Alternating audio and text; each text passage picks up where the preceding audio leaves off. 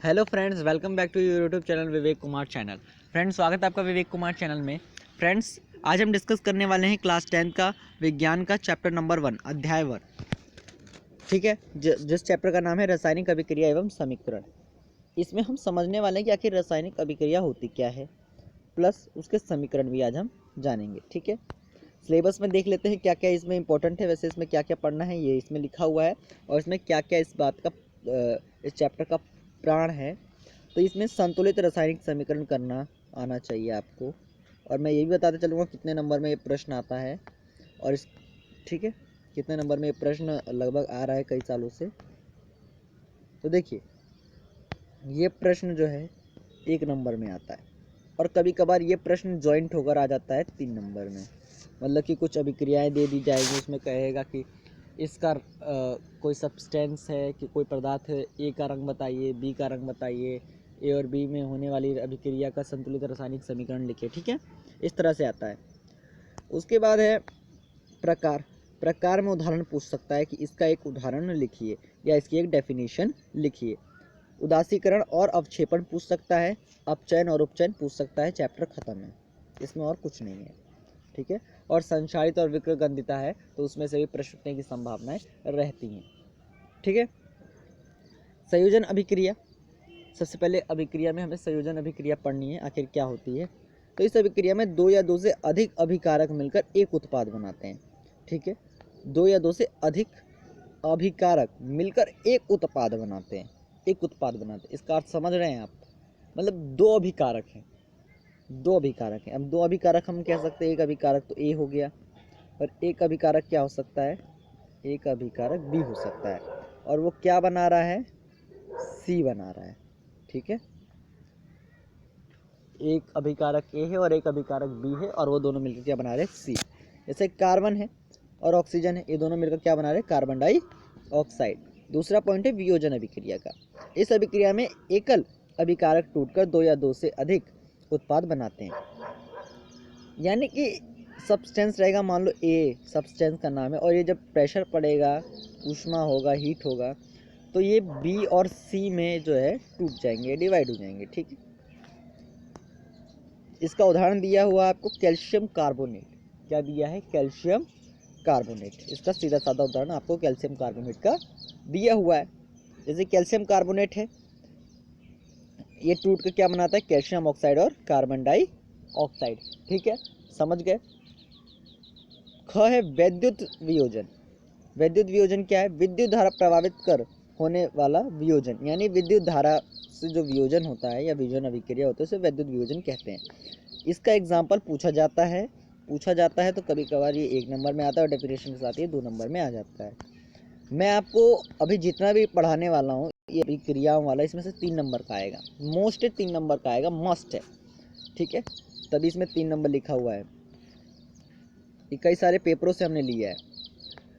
ग है प्रकाशीय वियोजन, यानी सूर्य के प्रकाश में जो वियोजन हो जाता है ना, सूर्य के प्रकाश को देखकर जो अभिक्रिया हो जाती है। जैसे सिल्वर क्लोराइड, अगर इस सूर्य के प्रकाश में रख दिया जाए तो इसमें क्या होगा, सिल्वर अलग हो जाएगा और क्लोरीन अलग हो जाएगा। अब मोस्ट इंपॉर्टेंट यहाँ पर पॉइंट है, एक बार भी पॉइंट देख लेंगे सभी बच्चे। सफ़ेद रंग का सिल्वर क्लोराइड सूर्य के प्रकाश में रखने पर धूसर रंग का हो जाता है। समझ रहे हैं आप, सफ़ेद रंग का सिल्वर क्लोराइड, यानी जो चांदी होती है सफ़ेद रंग की होती है, सूर्य के प्रकाश में सफ़ेद रंग का सिल्वर क्लोराइड जो कि सफ़ेद रंग का होता है, और सूर्य के प्रकाश में अगर रख दे तो धूसर रंग का हो जाएगा। कैसे रंग का हो जाएगा, धूसर रंग का। और इस अभिक्रिया का प्रयोग किस में किया जाता है, ब्लैक एंड वाइट फोटोकॉपी में, जिसे हिंदी में श्याम श्वेत फोटोग्राफी भी कहते हैं। ठीक है, तीसरा है विस्थापन अभिक्रिया। इस अभिक्रिया में अधिक क्रियाशील तत्व कम क्रियाशील तत्व को उसके यौगिक से विस्थापित कर देता है। जो अधिक क्रियाशील तत्व है, मान लो Fe क्या है, पहलवान है। क्या है, पहलवान। ठीक है, और CuSO4 क्या है, कमजोर की जोड़ी है। क्या है, कमजोर की जोड़ी। ठीक है, कमजोर लोगों की जोड़ी है ये। ठीक है, कमजोर लोगों की जोड़ी है। अब पहलवान क्या कहता है कि मैं तुम दोनों में से किसी एक को छीन लूँगा, मैं तुम दोनों में से किसी एक को छीन लूँगा।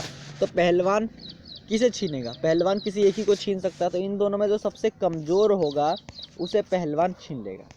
तो कॉपर सल्फेट में सबसे कमज़ोर कौन है? SO4।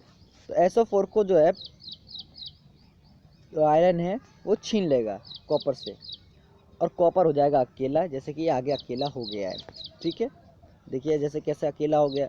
और कभी कभार ये एग्जाम्पल लिखने को भी आ जाता है, और आता है तो 1 नंबर में ही आता है। ठीक है, उसके बाद ये लाइन भी मोस्ट इम्पोर्टेंट रूप में लिख लीजिए। कॉपर सल्फेट के नीले विलयन का रंग आयरन सल्फेट के निर्माण के कारण हरा हो जाता है। इसे समझेंगे थोड़ा सा, कैसे होता है, क्यों होता है, क्या कारण है। देखिए नीले रंग का ये कॉपर सल्फेट है, इसे हम लिख सकते हैं नीला, है ना। ब्लू भी लिख लेते पर चलो नीला ही लिख लेते क्योंकि हिंदी में पढ़ा रहे हैं ना। नीला से क्या हो जाता है, ये हरे में बदल जाता है, हरा। ठीक है, अब क्या होता है कि नीले रंग का जो कॉपर सल्फेट जब आयरन के साथ रिएक्शन करता है, तो आयरन के साथ रिएक्शन करने से कॉपर सल्फेट हरा हो जाता है। जबकि कॉपर पर क्या होता है, जैसे लोहे पर भूरे रंग की कॉपर की परत जम जाती है। ये देख रहे हैं आप, लोहा है, लोहा जैसे हमने साफ किया तो थोड़ा ब्लैक टाइप में दिखता है, लेकिन रिएक्शन करने के बाद जो लोहा हो जाएगा वो क्या हो जाएगा, भूरे रंग का हो जाएगा उस पर, क्योंकि कॉपर की परत चढ़ जाती है। ठीक है, चौथा है द्विघात समीकरण। एक बच्चे के मन में डाउट होगा कि सर ये द्विघात समीकरण गलत लिखा है, पर ये द्विघात समीकरण असल में सही लिखा है। कैसे लिखा है अभी समझाता हूँ मैं आपको। कुछ बच्चे ये पढ़ के आए होंगे, है ना, ये द्विघात तो ऐसे लिखते हैं। तो देखिए ये भी सही है। क्यों ये सही है और ये वाला भी क्यों सही है? क्योंकि यही है ना, आप इसे ये भी लिख सकते हैं।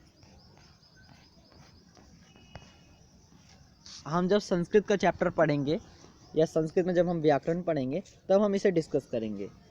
ठीक है, बच्चों को पता होगा कि ऊपर वाला द आधा होता है, पर ऐसा बिल्कुल नहीं है ना। जैसे कि आप लोग जानते हैं कि ऊपर वाला द जो है वो आधा होता है, और नीचे वाला जो यहाँ पर व बना हुआ है ये पूरा है। ठीक है, ये जो हलंक का चिन्ह होता है इससे पता चलता है कि जो द है वो आधा है। ठीक है, समझेंगे इसे, संस्कृत में बहुत अच्छे से समझेंगे, विस्तार में समझेंगे, चिंता की बात नहीं है। द्वि तो द्विघात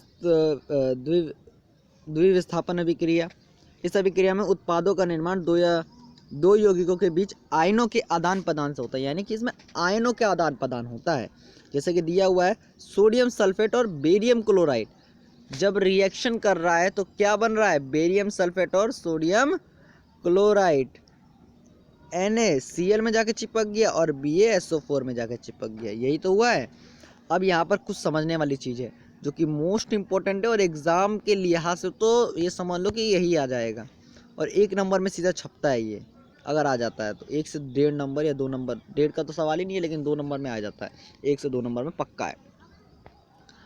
बेरियम सल्फेट के सफ़ेद अवक्षेप का निर्माण होता है, यानी जो ये बेरियम सल्फेट है ये कैसा अवक्षेप होता है, सफ़ेद।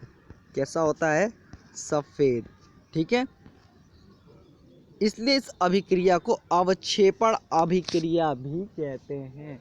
अवक्षेपण अभिक्रिया भी है इस अभिक्रिया को। अभी क्या कहता है, अवक्षेपण अभिक्रिया का उदाहरण लिखिए। बच्चा परेशान हो जाता है कि अवक्षेपण अभिक्रिया होती क्या, हमने तो पढ़ा ही नहीं है। तो द्विघात अभिक्रिया, द्विघात कह रहा हूँ, द्विविस्थापन अभिक्रिया को ही अवक्षेपण अभिक्रिया भी कहते हैं। और पेपर में जब परीक्षक का मन होता है पेपर थोड़ा टफ बनाया जाए, तब वो क्या करता है, वो यही करता है कि द्विविस्थापन अभिक्रिया की जगह अवक्षेपण अभिक्रिया ही लिख देता है। ठीक है, 5वां है उपचयन और अपचयन, रिडक्स अभिक्रिया। और इसमें बच्चों की हालत खराब हो जाती है अधिकतरों की, क्योंकि बच्चे समझते उपचयन अपचयन और अपचयन उपचयन है। अब इसे बहुत इजी वे में समझेंगे। उपचयन, उपचयन, अभिकारक में ऑक्सीजन का जुड़ना, अभिकारक से हाइड्रोजन की कमी। उपचयन, उप प्लस चयन, उप प्लस चयन। अब आप इसे कैसे याद रखोगे कि उपचयन में ऑक्सीजन जुड़ता है? आप कैसे याद रखोगे? आपको बस इतना याद रखना है, उप, उप में क्या, उपचयन, यानी कि हमने वापस से चयन कर लिया है। किसका चयन कर लिया है? ऑक्सीजन का। और अपचयन, हमने ऑक्सीजन का चयन नहीं किया है। समझ रहे हो? आप क्या बोलते हैं? अपचयन उपचयन तो बोलते नहीं, उपचयन अपचयन बोलते हो। तो यानी कि पहले आप उपचयन रखते हो, यानी कि ऑक्सीजन पहले जुड़ रहा है और फिर हाइड्रोजन निकल रहा है। जैसे कि कार्बन और प्लस ऑक्सीजन, तो इसमें आप देखोगे कि ऑक्सीजन तो जुड़ रहा है। और अपचयन, इसमें जो है हाइड्रोजन का जुड़ना और अभिकारक में ऑक्सीजन की कमी हो जाती है। ठीक है, देखिए यहाँ पर तो ऑक्सीजन क्या है, जुड़ा हुआ है, और हाइड्रोजन अलग है, यही है। लेकिन आप क्या पाओगे? आप ये पाओगे कि जब आप अभिक्रिया कर दोगे तो जो हाइड्रोजन अलग था वो जुड़ गया, लेकिन जो ऑक्सीजन जुड़ा हुआ था वो तो निकल गया। तो इससे क्या पता चला? ये अपचयन है। ठीक है, अब यहाँ पर क्या लिखा है? हाइड्रोजन उपचयित हुआ। उपचयित होने का क्या मतलब होता है? हाइड्रोजन उपचयित हुआ यानी कि हाइड्रोजन जो है उसका, हाँ, हाइड्रोजन उपचयित हुआ। उपचयित यानी कि हाइड्रोजन जो है उसकी कमी हुई। ठीक है, तथा कॉपर ऑक्साइड अपचयित हुआ। कॉपर ऑक्साइड, सॉरी ये गलत लिख दिया है, हाइड्रोजन अपचयित हुआ और कॉपर ऑक्साइड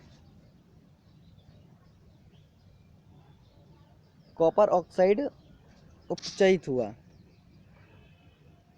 ऐसा होना चाहिए था। ठीक है, कोई नहीं, ये इतना ज़्यादा इम्पोर्टेंट नहीं रोल प्ले करेगा आपके एग्ज़ाम में, बट तब भी से समझने वाला टॉपिक तो था।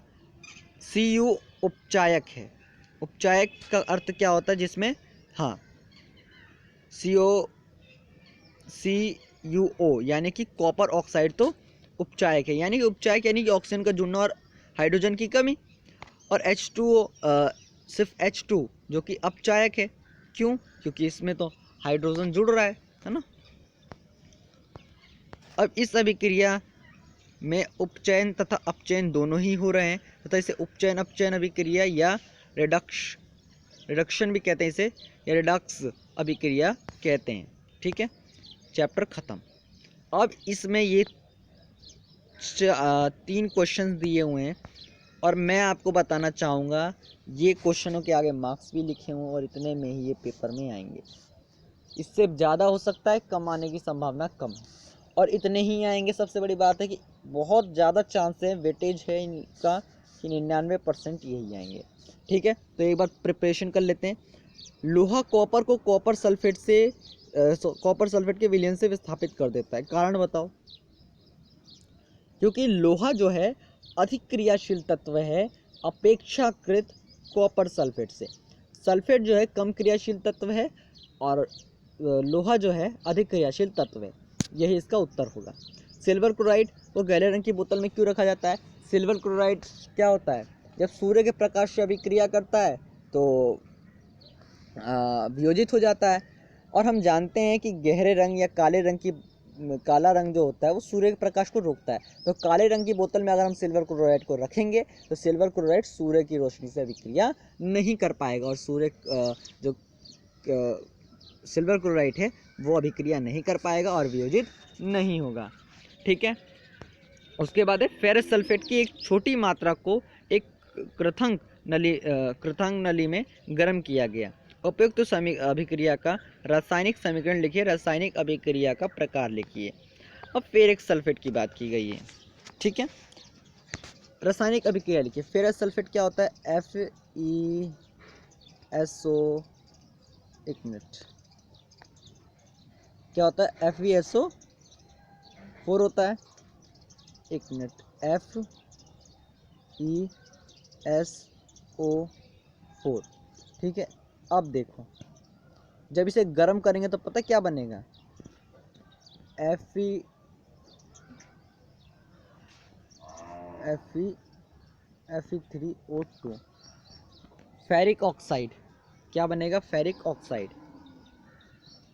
ठीक है, बच्चों को थोड़ा डाउट हो जाएगा, मैं थोड़ा अच्छे से समझा देता हूँ। जब हम इसे गर्म करेंगे तो यहाँ 3 है और यहाँ 2 है।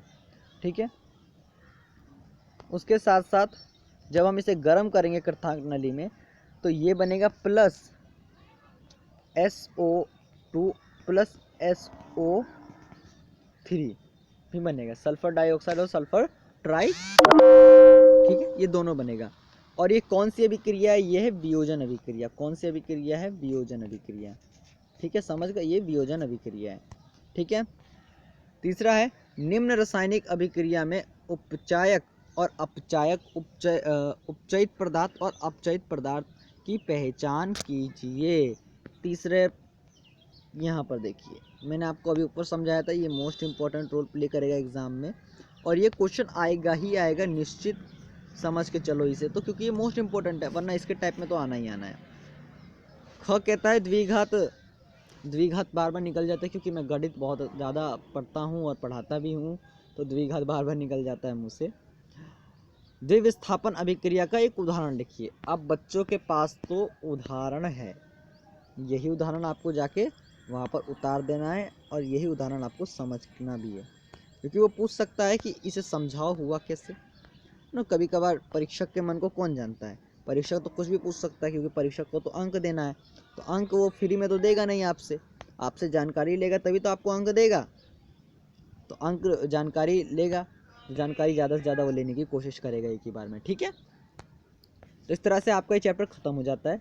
इस चैप्टर में वैसे ज़्यादा इंपॉर्टेंट कुछ था नहीं, यही इसमें ज़्यादा इंपॉर्टेंट था।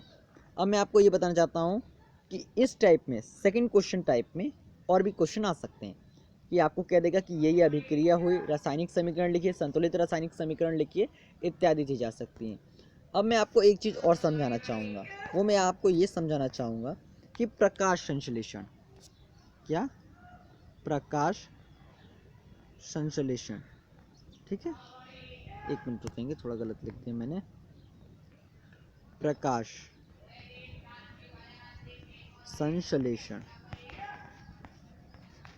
ठीक है, मैं आपको ये बता देना चाहता हूँ, प्रकाश संश्लेषण का संतुलित रासायनिक समीकरण आप रट के जाइए, समझ के जाइए, जैसे जाना जाइए, आने के चांसेस बहुत हैं।